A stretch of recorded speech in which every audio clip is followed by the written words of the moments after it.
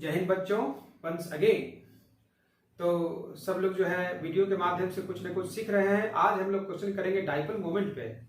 Dipole moment पे जो best questions होते हैं, जिसमें ये अक्सर पूछा जाता है किसका डाइपोल मोमेंट जीरो है, कौन जो है पोलर है, कौन सा पोलर नहीं है, और कभी कभार पूछे जाते हैं कंपेयर डाइपोल मोमेंट्स। तो ये दो क्वेश्चंस आज हम लोग करेंगे इस वीडियो के माध्यम से।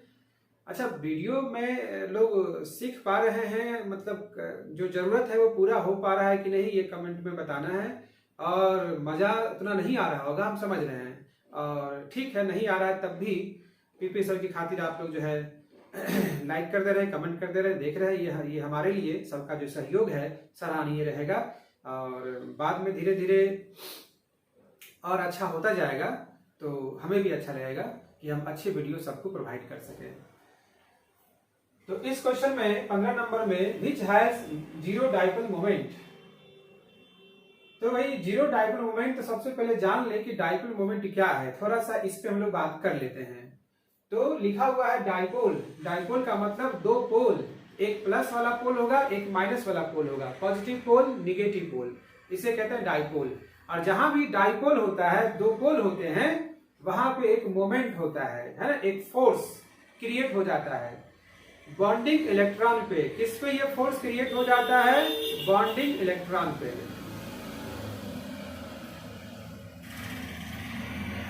यहां देखें,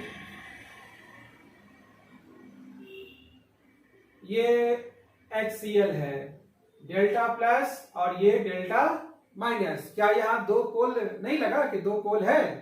तो जहां दो पोल होते हैं वहीं पे क्या होता है? Dipole moment. तो यहां देखें, इस बॉन्डिंग इलेक्ट्रॉन पे Cl की तरफ एक फोर्स डेवलप हो चुका है, Cl की तरफ, है ना, क्योंकि ये हाई इलेक्ट्रोनेगेटिव है और ये कम लेस इलेक्ट्रोनेगेटिव है। तो हमेशा हाई इलेक्ट्रोनेगेटिव बॉन्डिंग इलेक्ट्रॉन को अपनी तरफ खींच के रखता है, उस पर एक फोर्स क्रिएटेड रहता है। तो जिसका हम लोग कैसे इंडिकेट करते हैं? एरो के माध्यम से।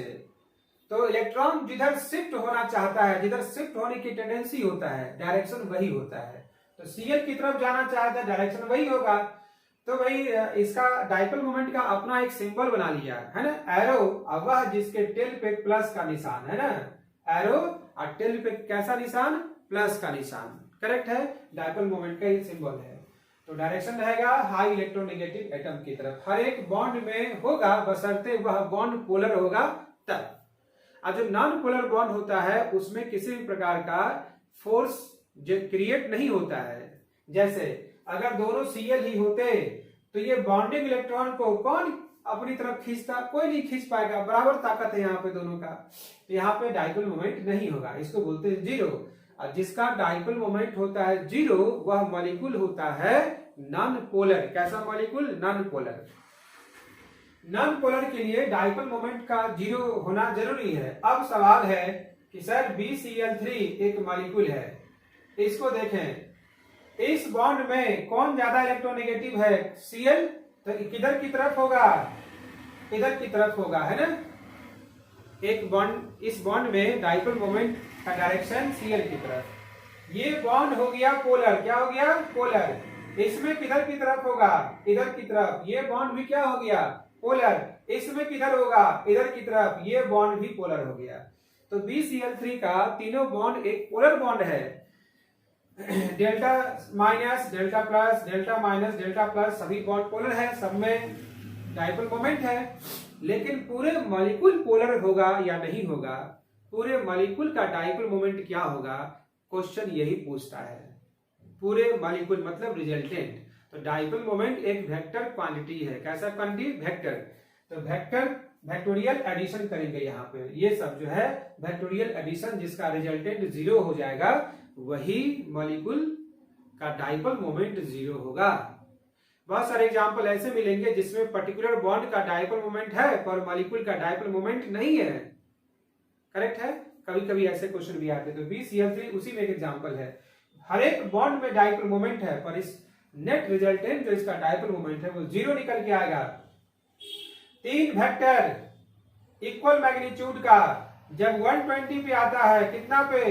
120 डिग्री पे आता है, तो फिजिक्स बोलता है तीनों का रिजल्टेंट जीरो होगा।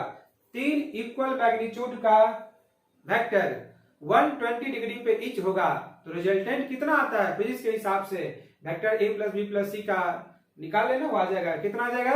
0 आ जाएगा। तो यहाँ पे इसका रिजल्टेंट 0 होता है। यह मॉलिक्यूल एक नॉन पोलर है पर इसका हर एक बॉन्ड में, जबकि हर एक बॉन्ड इसका पोलर है पर मॉलिक्यूल नॉन पोलर है। हर एक बॉन्ड में डाइपोल मोमेंट है पर ओवरऑल नेट रिजल्टेंट मॉलिक्यूल में डाइपोल मोमेंट नहीं है। So molecule is non polar.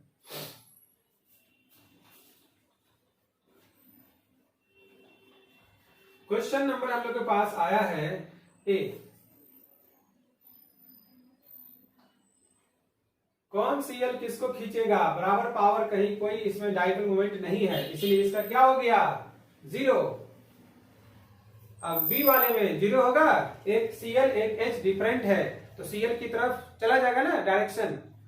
BH3 में अभी हम लोग बात किए BCl3 का, वैसे ही BH3 है, तीन हर एक बॉन्ड में यहाँ पे डाइपोल मोमेंट होगा लेकिन रिजल्टेंट क्या हो जाएगा? 0 हो जाएगा, है ना। तो ये मॉलिक्यूल हो गया नॉन पोलर और डाइपोल मोमेंट इसका क्या हो जाएगा? 0। डी वाले में CCl4 में कार्बन के पास कितने Cl?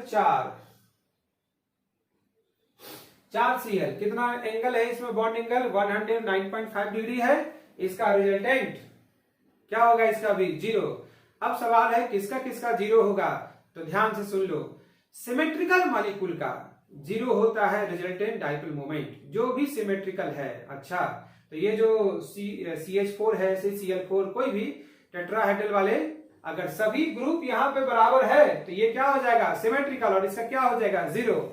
ग्रुप सब बराबर होना चाहिए। अगर मान लेते हैं 3 Cl तो अगला कोई और होगा तो ग्रुप बराबर नहीं हुआ। ये सिमेट्रिकल मॉलिक्यूल का, कोई भी सिमेट्रिकल, अभी बहुत सारा इसमें दिखेगा सिमेट्रिसिटी, जो भी सिमेट्रिकल है सबका रिजल्टेंट डाइपोल मोमेंट 0 निकल के ही आएगा।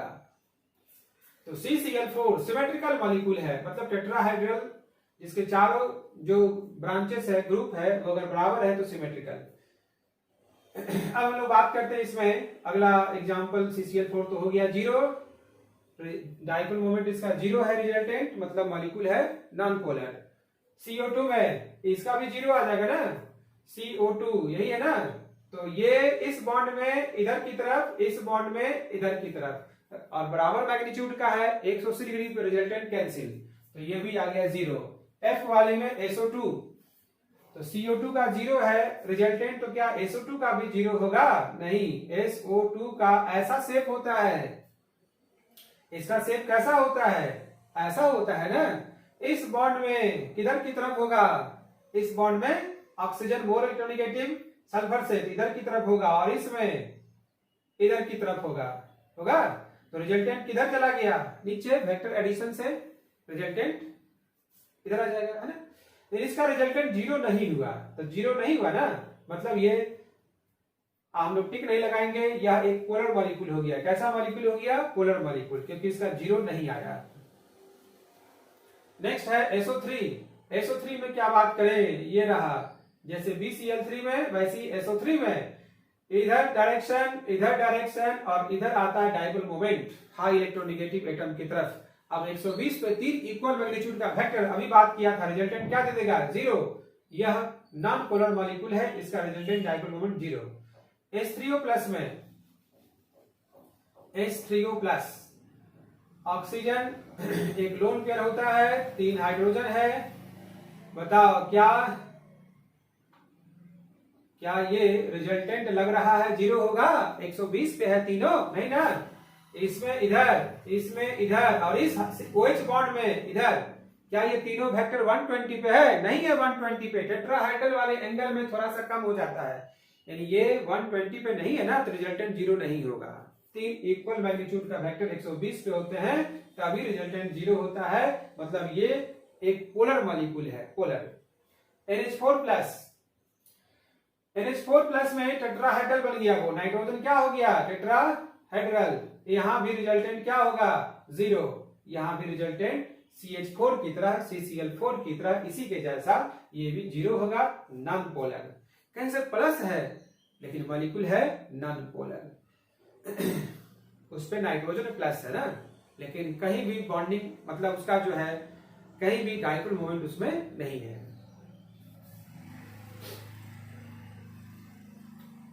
नेक्स्ट है जे। जे वाले में बात करें CH3, CH3 जीरो हो जाएगा ना। सिमेट्रिकल मॉलिक्यूल, कैसा मॉलिक्यूल है? सिमेट्रिकल, कैंसिल कर देगा ना, दिख रहा होगा। यहाँ पे CH बॉन्ड में होगा, ये सब CH बॉन्ड में होगा, और रिजल्टेंट इधर वाला उधर वाले को कैंसिल कर देगा। इधर वाला का रिजल्टेंट इधर वाले के रिजल्टेंट को कैंसिल करेगा। क्लियर हुआ?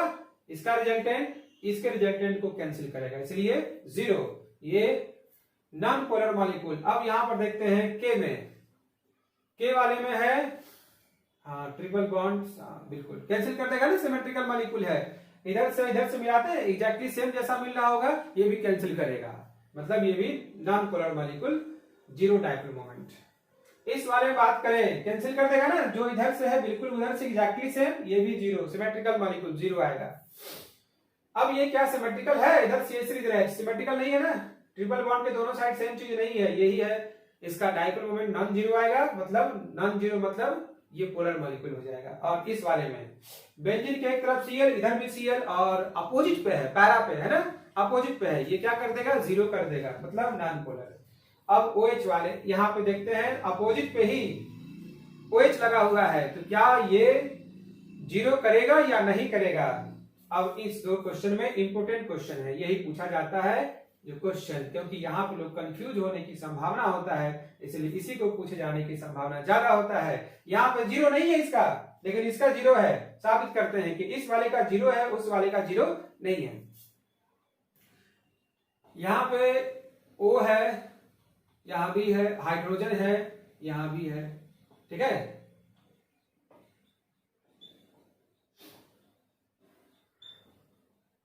एक और लोन पेयर भी है इसमें, है ना, दो लोन पेयर भी है।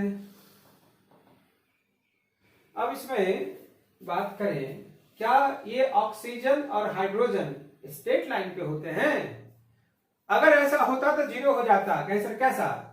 ये हाइड्रोजन ऐसे होता, ऐसे लाइन पे होता, एक लाइन पे होता तो जीरो हो जाता ना, एक लाइन पे, लेकिन होता नहीं है। क्या ये एक लाइन पे होगा? नहीं, एक लाइन पे नहीं आता है। तो जब एक लाइन पे नहीं आता है तो जीरो कैसे होगा? बताओ। यहाँ पे अगर इस साइड हुआ सेम साइड, और दूसरा क्या हो सकता है? Opposite side. दो ही केस होगा, या तो दोनों हाइड्रोजन एक दूसरे का अपोजिट करे, ट्रांस जैसा, या फिर दोनों हाइड्रोजन एक दूसरे का सेम साइड हो। तो यहां पे जीरो हो सकता है, देखो, ठीक है, यहां पे कैंसिल हो सकता है डाइपोल मोमेंट, लेकिन उस वाले में कैंसिल होगा? नहीं होगा। और ये जो हम लोग का पास जो बेंजीन में दो OH लगा हुआ है, क्या ये हम कह सकते हैं कि सिर्फ ऐसा वाला ही एग्जिस्टेंस होगा, ऐसा वाला एग्जिस्टेंस नहीं होगा? नहीं, दोनों हो सकता है। अगर कुछ मॉलिक्यूल जो ऐसे जी रहा होगा, इसका कुछ मॉलिक्यूल जो ऐसा शेप लेकर के जी रहा होगा, उसका डाइपोल मोमेंट जीरो है, लेकिन उसी मिक्सचर में, उसी सॉल्यूशन में, उसी में कुछ मॉलिक्यूल ऐसा भी होगा जो इस शेप को लेकर जी रहा होगा। अब बताओ इसका डाइपोल मोमेंट जीरो हुआ? नहीं। तो मान लेते हैं 10 ml है, जिसमें से 6 ml का जीरो हो गया, 4 ml का जीरो नहीं हुआ, तो रिजल्टेंट 10 ml का क्या जीरो मिला या नॉन जीरो मिला? नॉन जीरो मिला। टोटल तो जीरो नहीं हुआ, नॉन जीरो, यानी इसका डाइपोल मोमेंट हर एक मॉलिक्यूल के केस में जीरो नहीं आता है, क्योंकि सेम साइड भी OH दोनों हो सकता है, हाइड्रोजन सेम साइड। ये हुआ नॉन जीरो। और स्ट्रेट लाइन में पाया जाता तब तो होता जीरो, पर ऐसा होता नहीं है ना। कार्बन, क्या ये ऑक्सीजन sp नहीं ना है, नीचे नहीं बना देना है, क्योंकि ये sp ऑक्सीजन नहीं है, इसलिए बेंट होगा, क्योंकि इसका हाइब्रिडाइजेशन sp3, ऑक्सीजन का हाइब्रिडाइजेशन sp3 बोला गया है।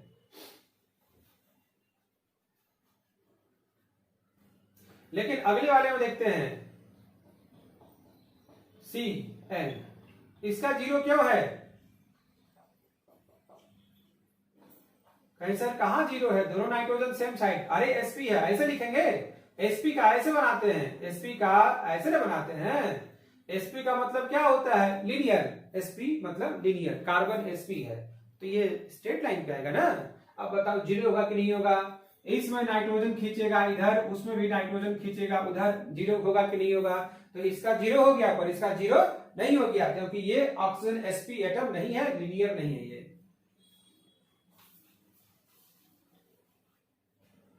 नेक्स्ट क्वेश्चन Q, नैप्थलीन हो जाएगा ना जीरो? हाँ हो जाएगा जीरो। R वाले में देखो, यहाँ पे मिथाइल, बेंजीन में 3 मिथाइल, कितनी दूरी पे है? हाँ 1 3 5 एग्जैक्टली। कितना कितना एंगल बनता है 120, देखो बीच में 120 120 और इसके बीच में 120 कैंसिल हो जाएगा, ये भी अभी हमने बात किया था। अब इस वाले में एक सीएल अप है दूसरा सीएल डाउन है, कैंसिल करेगा कि नहीं करेगा? एक सीएल अप और दूसरा डाउन कैंसिल कर देगा एक दूसरे को, लेकिन कब? जब अपोजिट पे हो तब। और यस, ये 1 पे ये 4 पे जस्ट एक दूसरे के सिमेट्रिकल अपोजिट पे है।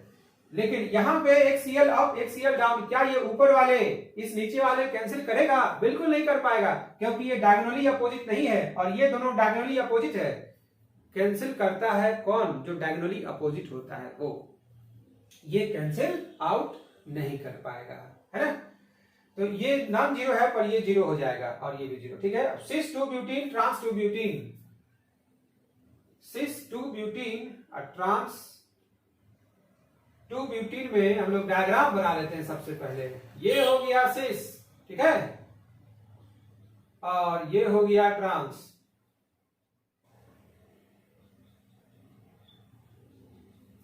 किसका जीरो लग रहा है? इस वाले का जीरो। अब बताओ ये सी में कौन किसका खींचेगा?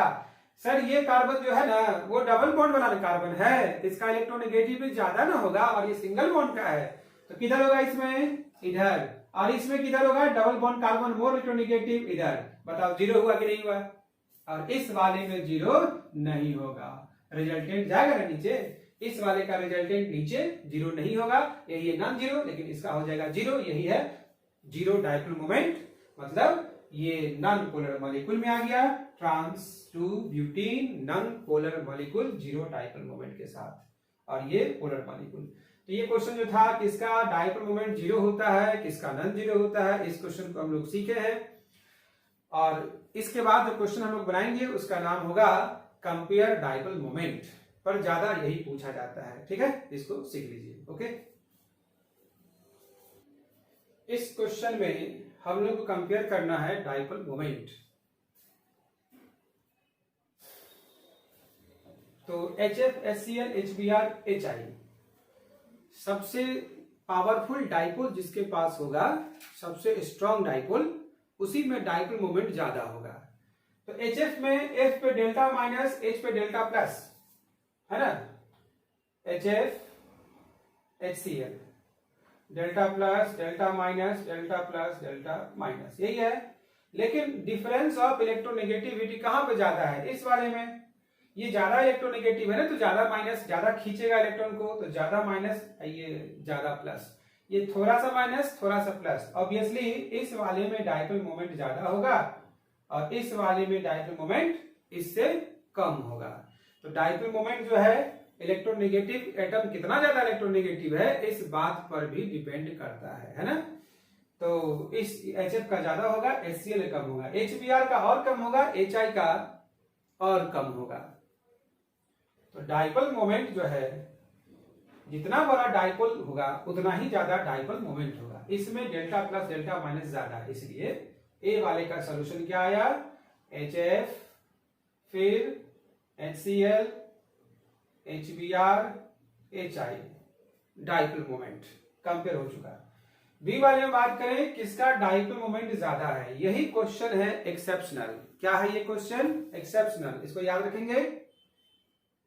डाइपोल मोमेंट में दो बातें होता है, निकालने का जो तरीका है इसका है फार्मूला, म्यू का फार्मूला दे रहे हैं डाइपोल मोमेंट का, है ना, Q इंटू डी, ठीक है। Q होता है कितना चार्ज डेवलप किया और D होता है बॉन्ड लेंथ। अब जैसे HF की बात करते तो कितना चार्ज यहां पे डेवलप हुआ, है ना। किसी एक एटम पे ले लेते हैं, क्योंकि जितना ये प्लस में होगा उतना ही ये माइनस में होगा, तो किसी एक पे बात कर लेंगे। तो कितना चार्ज डेवलप हुआ और इनटू बॉन्ड का लेंथ क्या है। तो चार्ज डेवलप हुआ इनटू बॉन्ड लेंथ, मतलब distance between them, bond length, उसका मल्टीप्लाई करके ही जो वैल्यू आता है वही है डाइपोल मोमेंट का वैल्यू। तो ये इसका मैग्नीट्यूड निकालते हैं इस तरीके से, ये तो हम लोग निकाल लेंगे, कोई दिक्कत नहीं है। तो दो बात पर डिपेंड किया है, चार्ज पे, बॉन्ड लेंथ पे। तो यहाँ पे कौन डोमिनेंट रहा? तो अगर बॉन्ड लेंथ से बात करते हैं, बताओ बॉन्ड लेंथ से, है ना, तो यहाँ पे डी इसका बॉन्ड लेंथ ज्यादा है ना, सीएल बड़ा होता है ना सीएल, तो यहाँ पे बॉन्ड लेंथ ज्यादा हो गया। तो कहेंगे सर अगर डी से बात करते हैं तो किसका डाइपोल मोमेंट ज्यादा आता, एचएफ का कि एचसीएल का? एचसीएल का आता अगर डी से बात करते तब। और चार्ज से बात करेंगे तो किसका ज्यादा आ जाएगा, एचएफ का, क्योंकि चार्ज इस केस में ज्यादा है। तो और एक क्वेश्चन आ गया यहाँ पे CH3F और दूसरा आ गया CH3Cl, ठीक है। हाइड्रोजन फ्लोरीन में डिफरेंस ज्यादा होता है ना, लेकिन क्या कार्बन और फ्लोरीन में डिफरेंस ज्यादा होता है? नहीं। तो जितना चार्ज यहाँ पे डेवलप किया कार्बन पे फ्लोरीन पे और यहाँ Cl पे कार्बन पे, क्या जितना चार्ज यहाँ डेवलप किया उतना चार्ज यहाँ डेवलप किया, यहाँ पे ज्यादा किया यहाँ पे कम डेवलप किया? तो इस क्वेश्चन में चार्ज डोमिनेंट फैक्टर हो जाता है, लेकिन इस वाले में चार्ज उतना डेवलप नहीं किया इस क्वेश्चन में, यहाँ पे चार्ज कम डेवलप हुआ लेकिन बॉन्ड लेंथ, इसलिए क्वेश्चन किससे निकालेंगे इस बार, बॉन्ड लेंथ से। दो हमारे पास फैक्टर था, charge develop into bond length, तो चार्ज डेवलप इस केस में कम हुआ इसलिए बॉन्ड लेंथ एक डोमिनेंट फैक्टर हो गया। तो बॉन्ड लेंथ किसका ज्यादा है, CH3Cl का, इसलिए इसको हम लोग एक्सेप्शनल क्वेश्चन कहते हुए याद रखते हैं। लेकिन लॉजिक क्या मिला, इस ये बॉन्ड लेंथ इस केस में डोमिनेंट फैक्टर है, लेकिन इस केस में चार्ज डोमिनेंट फैक्टर है। तो चार्ज के अकॉर्डिंग वही जो होना चाहिए था एग्जैक्टली थ्योरी के अकॉर्डिंग ही आ गया, और दूसरा ये बॉन्ड लेंथ के अकॉर्डिंग ये क्वेश्चन बनेगा अभी। तो इसमें जो आंसर है सबसे पहले CH3Cl का मिलता है, ठीक है, प्रैक्टिकल वैल्यू CH3Cl का आया है।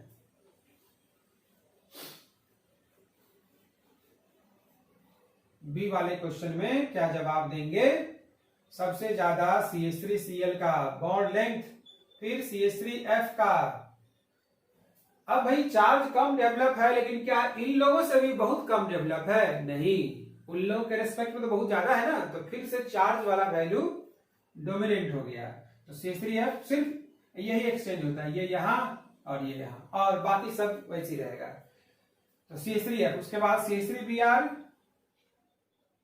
और नेक्स्ट CH3I, ये डाइपोल मोमेंट का वैल्यू कंपेयर हुआ है क्वेश्चन बी में। नेक्स्ट वाले क्वेश्चन क्या है हमारे पास, CH3Cl CH2Cl, अच्छा ठीक है। इसमें गौर से देखते हैं कैसे याद रहेगा, ये क्वेश्चन अक्सर आता है, कैसे याद रहेगा इसमें। अब हम लोग जानना है कि यहाँ पे 1 Cl 2 Cl 3 Cl 4 Cl, 1 Cl 2 Cl 3 Cl 4 Cl, 4 Cl वाले का 0 होता है, 4 Cl वाले का 0 होता है, याद है? अभी कुछ देर पहले हम लोग किए थे कि सिमेट्रिकल मॉलिक्यूल है, 0 होगा इसका, CH4 CBr4 CI4 CCl4, कुछ भी कार्बन टेट्राहाइड्रल चारों ग्रुप बराबर 0 आएगा। तो 4 Cl 0 है, अब Cl एक कम हो गया, Cl एक और कम, एक और कम, तो धीरे धीरे बढ़ेगा, ध्यान रहे, 0 से 1 Cl घटा दिए, थोड़ा सा आ गया डाइपोल मोमेंट, और 1 Cl कम कर दिए और बढ़ गया डाइपोल मोमेंट, और 1 Cl कम कर दिए और बढ़ गया डाइपोल मोमेंट। तो 0 था तो इधर मैक्सिमम होगा ना, जब इस किनारे 0 है तो इस किनारे क्या होगा, मैक्सिमम, ऐसे याद रखना है। अगर इस किनारे 0 है तो इस किनारे मैक्सिमम होगा, तो धीरे धीरे बढ़ेगा, मतलब इधर की तरफ इंक्रीजेस। याद रखने का तरीका, अगर इसका 0 है तो उस किनारे मैक्सिमम होगा। तो सी वाले में क्या आंसर हम लोग करेंगे कि जितना ज्यादा Cl है उसका 0 आ रहा है ना, तो 1 Cl वाले का ही ज्यादा हुआ, फिर इससे कम हो गया, Cl बढ़ेगा तो ये घटेगा, रिजल्टेंट। ये तो याद रखने के लिए था, कॉन्सेप्ट तो है कि रिजल्टेंट पे काम करता है, तो याद रखने के लिए हमने कहा कि Cl का वैल्यू, Cl का संख्या बढ़ेगा तो धीरे धीरे रिजल्टेंट जो है 0 की तरफ बढ़ता जा रहा है। अब चारों के चारों Cl तो रिजल्टेंट 0 हो जाता है, याद रहेगा इसका भी। अब डी वाले में कंपेयर करना है डाइपोल मोमेंट डी वाले का। तो भाई डी वाले में क्या है, इसका इधर, इसका इधर, रिजल्टेंट तो मिलेगा ना कुछ भी। अब इस वाले का लेकिन 0 हो रहा है ना, तो भाई कुछ भी है तो 0 से तो बड़ा ही होगा ना। तो डी में क्या आंसर करेंगे हम लोग, 1 greater than 2, 6 greater than trans। D में आंसर आ गया 6 greater than trans, that is 1 का ज्यादा है 2 से। ई वाले क्वेश्चन में पहला फिगर का ज्यादा होगा या दूसरा का, यही सवाल है ना। क्या चीज, डाइपोल मोमेंट किसका ज्यादा है, ई वाले में। ये लग रहा होगा सिस के जैसा, सेम साइड है तो सिस और अपोजिट साइड है तो ट्रांस। लेकिन हम यहाँ बता दें, हम लोग ये ऐसा क्वेश्चन बनाए थे, इसका शेप पे बात किए थे कि क्या शेप होगा। तो भाई ये क्यूमुलिन टाइप का कंपाउंड है। क्यूमुलिन वैसे कंपाउंड जिसमें कार्बन कार्बन के बीच में लगातार कंटिन्यूअस डबल बॉन्ड होते हैं, C double bond C continuous, उसे क्यूमुलिन कहते हैं। अब ये कितने डबल बॉन्ड है लगातार, दो वाले इवन में आता है। इवन के चारों जो टर्मिनल ग्रुप है, क्या वो एक प्लेन में होता है, एक प्लेन में नहीं होता। यहाँ पे जो चारों टर्मिनल ग्रुप है वो परपेंडिकुलर मिलता है। कहीं सर कैसे, है ना, ऐसे ना पाया जाएगा ये, ऐसे। चलो ठीक है, यहाँ पे इसका फिगर पहले एज्यूम कर लेते हैं। चलो ये या तो ये मानो इसका फिगर या फिर ये मानो, दो में से एक मानना पड़ेगा। ये नहीं बोला कि सर हम तो ये मानेंगे दोनों सीएल सेम साइड, दोनों सीएल ये मान। अरे ये परपेंडिकुलर रहता है, प्लेनर नहीं रहता। इवन वाले परपेंडिकुलर, ऐसे होगा ही नहीं, ऐसे होगा। ठीक है, ठीक है। चलो दोनों सीएल का स्थिति ये रहा। अब इसको हम लोग ऐसे 180 पे घुमा दिया है। ऐसा लग रहा होगा घुमा के बनाया हुआ है, लेकिन घूमेगा नहीं अपने। एक फिगर ये है और दूसरा फिगर क्या आएगा, 180 पे घुमा दिया, ये आएगा। तो एक फिगर ये है, दूसरा फिगर ये है। ठीक है, एक फिगर ये है, दूसरा है। निकालो, एक सीएल दूसरा सीएल, रिजल्टेंट देख लो अपना। देख लिया, क्या आएगा, बराबर कि अलग अलग आएगा, आएगा ना बराबर। दोनों का रिजल्टेंट बराबर ही आने वाला है, इसलिए दोनों का डाइपोल मोमेंट क्या होगा, सेम होगा।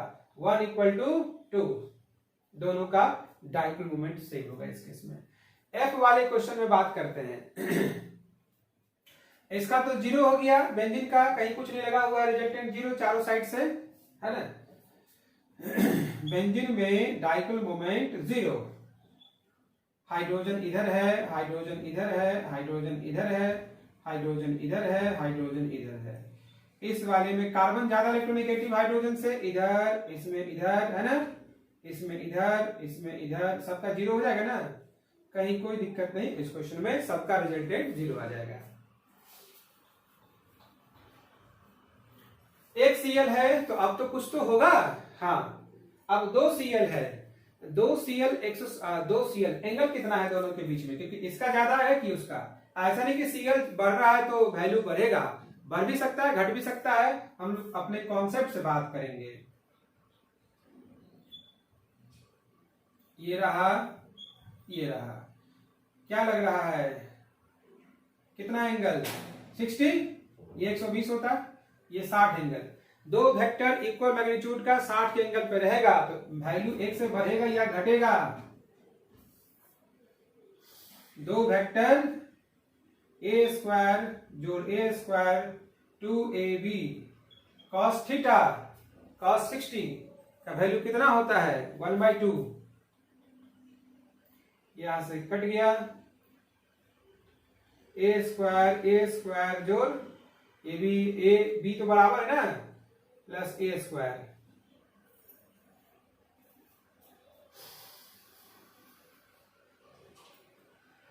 कितना आ गया वैल्यू, तो √3 आ गया, मतलब a से ज्यादा हो गया।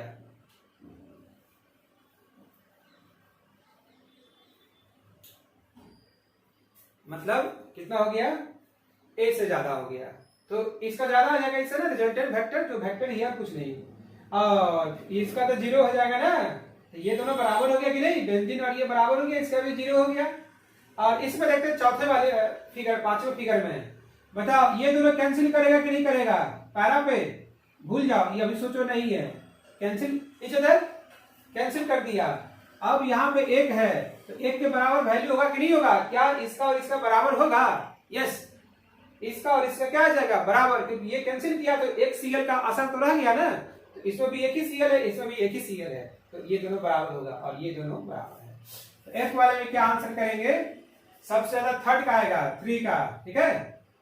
और इसमें आया है, इसमें भी आया है, और ये 0 है, तो दूसरा और 5वां सेम है, लेकिन 3 से कम आएगा, ठीक है। और पहला और चौथा 0 है, बराबर है आपस में, यही वैल्यू है उस पांचों में डायपोल मोमेंट का कंपैरिजन। तो हम लोगों ने डायपोल मोमेंट इसका 0 है या 0 नहीं है ये बातें भी किया है, और डायपोल मोमेंट में कुछ एग्जांपल्स में कैसे कंपेयर करें ये बातें भी किया है। तो डायपोल मोमेंट का क्वेश्चंस हम लोगों ने कर लिया है, बीच बीच में कुछ थ्योरी भी बात किए हैं और ये क्वेश्चन हो गया है।